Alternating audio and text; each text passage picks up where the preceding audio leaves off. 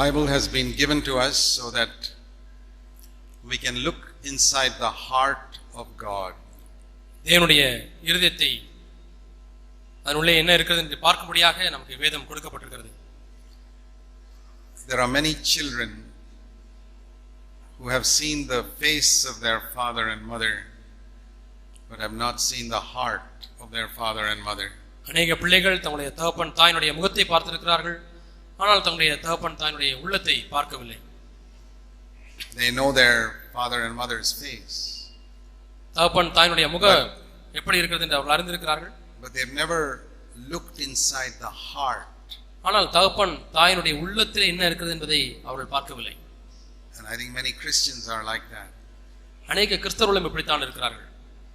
We have not looked into the heart of God. தேவனுடைய உள்ளத்திற்குள்ளாக நாம் இன்னும் பார்க்கவில்லை. Even when Jesus walked on this earth, இயேசு இந்த பூமியிலே நடந்த பொழுதிலும் கூட many people saw his face, but they did not see what was in his heart. அநேகர் அவருடைய முகத்தை பார்த்தார்கள், அவருடைய உள்ளத்தை பார்க்கவில்லை. And it's possible for us to be like that today. இன்றைக்கு நாமும் கூட அதுபோல இருந்து விட முடியும். We can see all the things God does for us externally. தேவன் நமக்கு செய்கிற வெளிப்பிரகாரமான காரியங்களை மட்டுமே நாம் பார்த்து விட முடியும். We don't see his heart. அவருடைய உள்ளத்துக்குள்ளாக என்ன இருக்கிறது என்பதை காணாமல் இருக்கலாம். There's a lovely verse in Psalm 103. சங்கீதம் 103லே ஒரு அருமையான வசனம் இருக்கிறது. It says in verse 7, 7ஆம் வசனம், that God made known his ways to Moses, but his actions to the sons of Israel. தேவன் தமது வழிகளை மோசேக்கும் தமது கிரியைகளை இஸ்ரவேல் புத்திரருக்கும் தெரியப்படினார் என்று சங்கீதம் 103:7 வாசிக்கிறோம். To understand his ways, you must look into his heart. தேவனுடைய வழிகளை விளங்கிக் கொள்வதற்கு நீங்களுடைய உள்ளத்திற்குள்ளாக பார்க்க வேண்டும். To know his actions, you just see on the outside what he does. அவருடைய கிரியைகளை காண வேண்டும் என்று சொன்னால் வெளிரங்கமாய் வெளிப்பிரகாரமாய் அவர் என்ன செய்கிறார் என்பதை பார்த்தால் போதும். So for 40 years the children of Israel saw God's actions. 40 ஆண்டுகளாக இஸ்ரவேல் புத்திரர் தேவனுடைய கிரியைகளை கண்டார்கள். And they could give a testimony. அதை குறித்து ஒரு சாட்சி சொன்னார்கள். God gave us bread from heaven. தேவன் வானத்திலிருந்து மன்னாவை தந்தருளினார். He gave us water from the rock. அவர் கன்மலையிலிருந்து தண்ணீரை உண்டாக்கினார். He healed us from poisonous snake bites. விஷ பாம்பு கடிகளுக்கு எங்களை சுகப்படுத்தினார். And our sandals never wore out for 40 years. எங்களுடைய பாதரட்சைகள் 40 ஆண்டுகளாகியும் தேயவில்லை. Clothes never wore out for 40 years. 40 ஆண்டுகளாக நம்முடைய வஸ்திரங்கள் பழையதாய் போகவில்லை. He protected us from the heat of the sun with a pillar of cloud. அவர் மேக ஸ்தம்பத்தினாலே சூரியனுடைய வெப்பத்திற்கு எங்களை விலக்கி காத்துக்கொண்டார். He protected us from wild animals at night by a pillar of fire. இரவிலே காட்டு மிருகங்களுக்கு அக்கினி ஸ்தம்பத்தினாலே எங்களை பாதுகாத்தார். But you ask these people, in all these 40 years, did you look into the heart of God to see what he wanted for you? இந்த 40 ஆண்டுகளாக தேவன் உங்களிடத்தில் என்ன எதிர்பார்க்கிறார் என்பதை பார்க்கும்படியாக அவருடைய உள்ளத்தை நீங்கள் பார்த்தீர்களா என்று கேட்டால் No, they didn't know. இல்லை அவர்கள் பார்க்கவில்லை. One man, ஒரு மனிதன், all those 2 million people, one man knew. அந்த 2 மில்லியன் மக்களிலேயும் கூட ஒரு மனிதன் அறிந்திருந்தார். That was Moses. அவர்தான் மோசே. Because he was not just satisfied with eating manna and drinking the water from the rock. அவர் மன்னாவை சாப்பிடுவதிலேயும் கன்மலையிலிருந்து வரக்கூடிய தண்ணீரை குடிப்பதிலேயே திருப்திப்படவில்லை. He went into the mountain and said, "Oh God, show me your glory." ஆண்டவரே உம்முடைய மகிமையை காண்பியும் என்று அவர் அந்த மலையிலே சென்று தேவனிடத்திலே முகங்குப்புற விழுந்து கிடந்தார். I'm not satisfied with miracles. Show me your heart. ஆண்டவரே அற்புதங்களிலே எனக்கு திருப்தி இல்லை ஆண்டவரே, உம்முடைய உள்ளம் என்ன என்பதை காண்பியும் ஆண்டவரே. You know, today many Christians are only interested in the miracles God can do. இன்றைக்கு अनेक கிறிஸ்தவர்களுக்கு தேவன் செய்யக்கூடிய அற்புதங்களே போதும், அதிலே அவர்கள் திருப்திப்பட்டு விடுகிறார்கள். They are like the wandering disobedient Israelites in the wilderness. அங்கே அலைந்து கொண்டிருக்கிற கீழ்ப்படியாத இஸ்ரவேல் ஜனங்களைப் போல அவர்கள் காணப்படுகிறார்கள். Jesus once rebuked the Pharisees. இயேசு ஒருமுறை பரிசேயரை இவ்வனமாய் கடிந்து கொண்டார். He said in Matthew chapter 16, மத்தேயு 16ஆம் அதிகாரத்தில் அவர் சொல்கிறார் in verse 4, 4ஆம் வசனம், an evil and adulterous generation seeks after miracles. பொல்லாத விபசார சந்ததியார் அடையாளத்தை தேடுகிறார்கள். And as miracles will not be given to them. அந்த அடையாளங்கள் இவர்களுக்கு கொடுக்கப்படுவதில்லை. Except the sign of Jonah, that is Jesus being raised from the dead.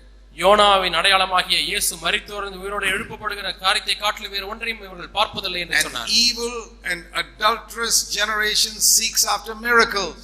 பொல்லாத விபசார சந்ததியார் அற்புதங்களை தேடுகிறார்கள். Lord, I am not part of this evil and adulterous generation. ஆண்டவரே, இந்த பொல்லாத விபசார சந்ததியிலே நான் ஒரு பங்கா இருக்க போவதில்லை. I am not seeking for miracles. நான் அற்புதங்களை தேடுவதில்லை ஆண்டவரே. God may do 101 miracles for me. எனக்காக தேவன் 101 அற்புதங்களை செய்யலாம். Moses also ate from the manna. மோசேயும் மன்னாவை புசித்தார். He also saw the water coming out of the rock. கன்மலையிலிருந்து தண்ணீர் புறப்பட்டு வருகிறதை He also saw the Red Sea split open. சிவந்த சமுத்திரம் இரண்டாய் பிளப்பதை மோசேயும் கண்டார்.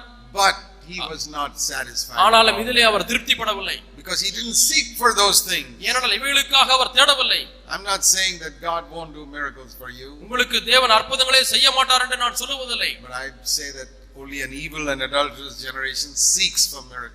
ஆனால் ஒரு பொல்லாத விபசார சந்ததியார் தான் அற்புதங்களை தேடுவார்கள் என்று நான் உங்களுக்கு சொல்கிறேன். You know, once we read in John chapter 1. யோவான் சுவிசேஷம் 1ஆம் அதிகாரத்திலே நாம் வாசிக்கிறோம். 2 disciples of John the Baptist heard him preach, saying, John 1:36, behold the Lamb of God.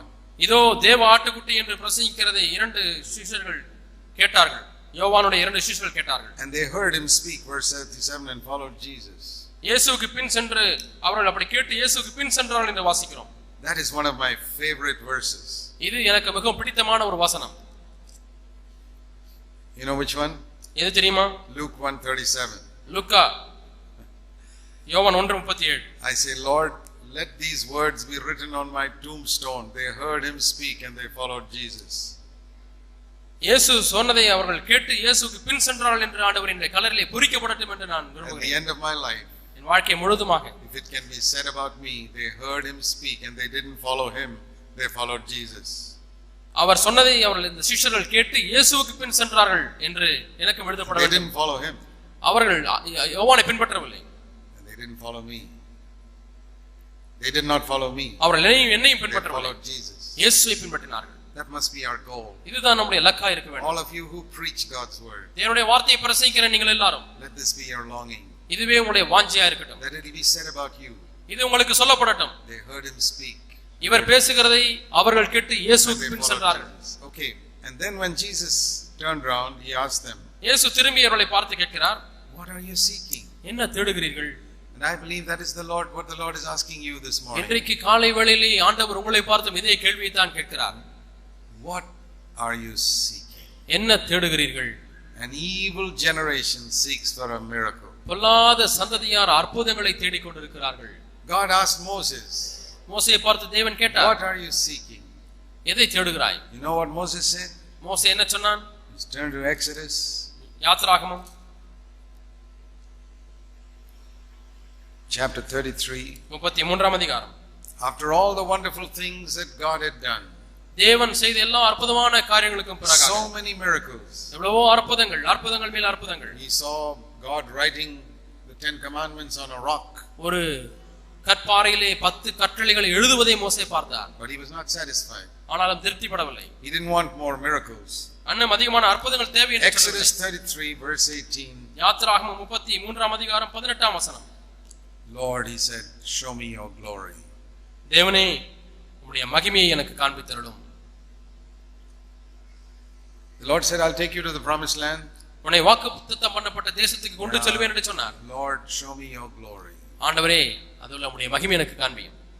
And because, you know, it's like Jesus asking, what are you seeking? எதை தேடுகிறாய் என்று இயேசு கேட்கிறார். I want to ask you today, இன்றைக்கு நான் உங்களை பார்த்து கேட்கிறேன், what are you seeking? நீங்கள் எதை தேடுகிறீர்கள்?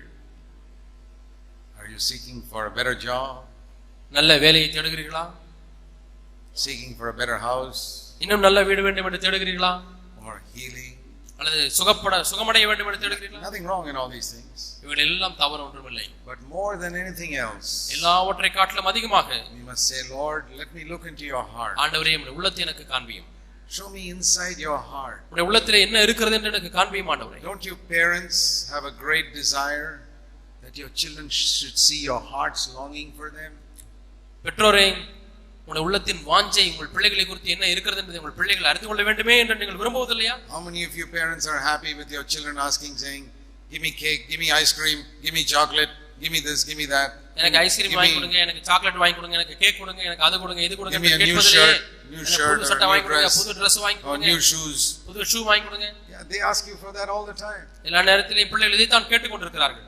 And many of you give it to them also. Good. அநேக பெற்றோர்கள் இவைகளெல்லாம் உங்கள் பிள்ளைகளுக்கு கொடுக்கிறீர்கள், நல்லதுதான். But ஆனால் don't you have a desire that I wish my children could look into my heart and see my longing for them? என் பிள்ளைகளுக்காக நான் கொண்டிருக்கிற விருப்பத்தை என் பிள்ளைகள் பார்த்தால் எவ்வளவு நலமா இருக்கும் என்று நீங்கள் விரும்பவில்லையா? God made you like him. தேவன் தம்மை போல உங்களை மாற்றியிருக்கிறார். He is a father. அவர் ஒரு தகப்பன். He sees children coming to him and saying, give me this, give me that. God, give me this, give me this, give me this. He gives them. நிறைய பிள்ளைங்க தேவனிடம் எனக்கு அதை கொடுங்க, இதை கொடுங்கன்னு கேட்டுட்டே இருக்காங்க. தேவனும் அதை கொடுக்கிறார். But he wishes that some of his children will say, Lord, I want to see your heart. ஆனால் என் பிள்ளைகளில் ஒரு சிலராவது ஆண்டவரே உம்முடைய உள்ளத்தை பார்க்க வேண்டும் என்ற ஒரு வாஞ்சை உங்களுக்கு இருக்காதா என்று தேவன் தேடுகிறார். God has given me thousands of things that I never asked for. நான் கேட்காத ஆயிரக்கணக்கான காரியங்களை தேவன் எனக்கு கொடுத்திருக்கிறார். He saw my need and he gave it. என் தேவையை அவர் பார்த்தார், அதை சந்தித்தார். But I'll tell you what I've asked God for. ஆனால் நான் எதை தேவனிடத்தில் கேட்டேன் என்று உங்களுக்கு சொல்ல வேண்டுமானால், Lord, I want to look inside your heart. ஆண்டவரே உம்முடைய உள்ளத்தின் உள்ளே என்ன இருக்கிறது என்பதை நான் பார்க்க வேண்டும். I don't want to be like one of those children who just comes and says, give me this, give me chocolate, give me ice cream, give me this, and takes it all and goes away. Chocolate வாங்கி கொடுங்கள், எனக்கு cake வாங்கி கொடுங்கள், அதை கொடுங்கள், இதை கொடுங்கள் என்று கேட்டு எல்லாவற்றையும் வாங்கி கொண்டு போகிற பிள்ளையை போல நான் இருக்க விரும்பவில்லை. See, that is the way to backslide. இதுதான் பின்மாற்றத்திற்குரிய வழி. You know, Jesus told a story about a backslider. பின்மாற்றக்காரனை குறித்து இயேசு ஒரு கதை சொன்னார், உங்களுக்கு தெரியுமா? It's the story of the prodigal son. கெட்ட குமாரனை குறித்ததான ஒரு கதை. How did he backslide? அந்த கெட்ட குமாரன் எப்படி பின்வாங்கி போனான்? That is a lesson for us. அங்கே ஒரு பாடம் நமக்கு இருக்கிறது. You want to know how to be a backslider? எப்படி பின்மாற்றக்காரனை மாற வேண்டும் என்று நீங்கள் அறிந்து கொள்ள வேண்டுமா? Prodigal son. நீங்கள் கெட்ட குமாரனை பாருங்கள். Come to God. தேவனிடத்திலே வாருங்கள். Say, God, give me this, give me that, give me all that you can give me. ஆண்டவரே எனக்கு இதை தாரும், அதை தாரும், இதை தாரும், அதை தாரும் என்று கேட்டுக்கொண்டே இருப்பது. And be satisfied with that. அதிலேயே திருப்திப்படுவது. That's the way to be a backslider. பின்மாற்றக்காரனை மாறுவது இப்படித்தான். And that is how many Christians backslide. அநேக கிறிஸ்தவர்கள் இப்படித்தான் பின்வாங்கி They get கொண்டிருக்கிறார்கள். so many things from God and they go away and think about all those gifts they got from God and they become தேவனிடத்திலிருந்து backsliders. பல காரியங்களை கேட்டு பெற்றுக் கொள்கிறார்கள்.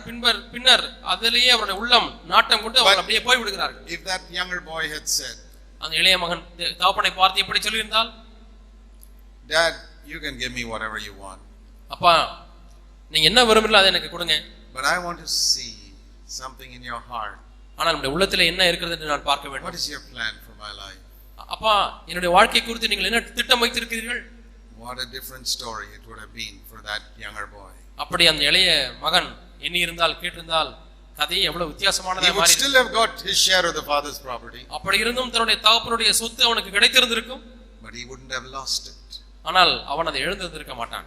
Because he went after that first, he lost everything. அதன் பின்னாகவே அவன் போனபடினால எல்லாவற்றையும் இழந்து விட்டான். Supposing his father's property was worth 20 crores. அந்த தகப்பனுடைய சொத்தினுடைய மதிப்பு 20 கோடி என்று வைத்துக் கொள்வோம். This young boy got 10 crores. இந்த இளைய மகன் 10 கோடி ரூபாயை பெற்றுக்கொண்டான். Wasted it. அதை வீணாக்கி விட்டான். Lost it. தொலைத்து விட்டான். Came back empty-handed. வெறுங்கையாய் திரும்பி வருகிறான். And then saw his father's heart. பிறகு தன்னுடைய தகப்பனுடைய உள்ளத்தை பார்க்கிறான். But supposing he had seen his father's heart in the beginning. தகப்பனுடைய உள்ளத்தை ஆரம்பத்திலேயே பார்த்திருந்தால், Dad, I want to see your heart. அப்பா உங்களுடைய உள்ளத்தை நான் பார்க்க வேண்டும். And the father revealed his plan for that boy. அந்த மகனை குறித்து தன்னுடைய தகப்பன் வைத்திருக்கிற திட்டத்தை அவனுக்கு வெளிப்படுத்துகிறார். He would have lived at home. அவன் வீட்டிலேயே வாழ்ந்திருப்பான். And he would not have lost that 10 crores. He 10 கோடி ரூபாயை இழந்திருக்க மாட்டான். அதை வைத்துக் கொண்டிருப்பான். That is a story we must learn from the prodigal son. இந்த கதையிலிருந்து, இந்த கெட்ட குமாரனுடைய கதையிலிருந்து இதைத்தான் நாம் கற்றுக்கொள்ள வேண்டும். If you go to God to get this and get that and get the other thing, இது வேண்டும் அது வேண்டும் இது வேண்டும் என்று தேவனிடத்திலே நீங்கள் அந்த நோக்கத்தோடு போனீர்களானால் ultimately you lose everything. கடைசியாக நீங்கள் எல்லாவற்றையும் இழந்து விடுவீர்கள். But if you go to God, நீங்கள் தேவனிடத்திலே எப்படி போனீர்களானால், show me your plan for my life. ஆண்டவரே என் வாழ்க்கை குறித்து நீர் வைத்திருக்கிற திட்டத்தை எனக்கு சொல்லித் தாரும். I'm not asking you to give me anything. எனக்கு ஏதாவது தாரும் என்று கேட்க முடியாது, வரவில்லை. Show me your heart. உள்ளத்தை ஆண்டவரே என்னை குறித்து உம்முடைய உள்ளத்தின் திட்டத்தை எண்ணத்தை எனக்கு காண்பியும். You know what will happen? என்ன நடக்கும் தெரியுமா? You will not lose anything. எதையுமே நீங்கள் இழக்க மாட்டீர்கள். All the wealth God has for you, you can keep. உங்களுக்கு தேவன் வைத்திருக்கிற சொத்தை எல்லாம் நீங்களே வைத்துக் கொள்வீர்கள். But in addition to that, you will fulfill God's plan for your life. தேவன் உங்களுக்கு வைத்திருக்கிற திட்டத்தை நிறைவேற்றுவீர்கள். So the Bible has been given to us to show us God's heart. ஆகவே தேவனுடைய உள்ளத்தை பார்க்கும்படியாக நாம் காணும்படியாக வேதம் நமக்கு கொடுக்கப்பட்டது. And that's the most important thing that we need to see. இதை பார்க்கக்கூடிய முக்கியமான காரியம் இதுதான். What is God's heart? தேவனுடைய உள்ளம் எப்படி இருக்கிறது? That verse we spoke about earlier. நாம் சற்று முன்பு பேசின வார்த்தையை போல Zeal for God's house will consume you. உம்முடைய வீட்டை குறித்து உண்டான பக்தி வைராக்கியம் என்னை பட்சித்தது என்று ஆண்டவர் சொல்கிறார். That's what I need to see in God's heart. இதைத்தான் நான் தேவனுடைய உள்ளத்திலே பார்க்கிறேன். I am God's house. நான் தேவனுடைய வீடா இருக்கிறேன். And he has got a great zeal for me. எனக்கென்று அவர் மிகுந்த பக்தி வைராக்கியம் உள்ளவராய் இருக்கிறார்.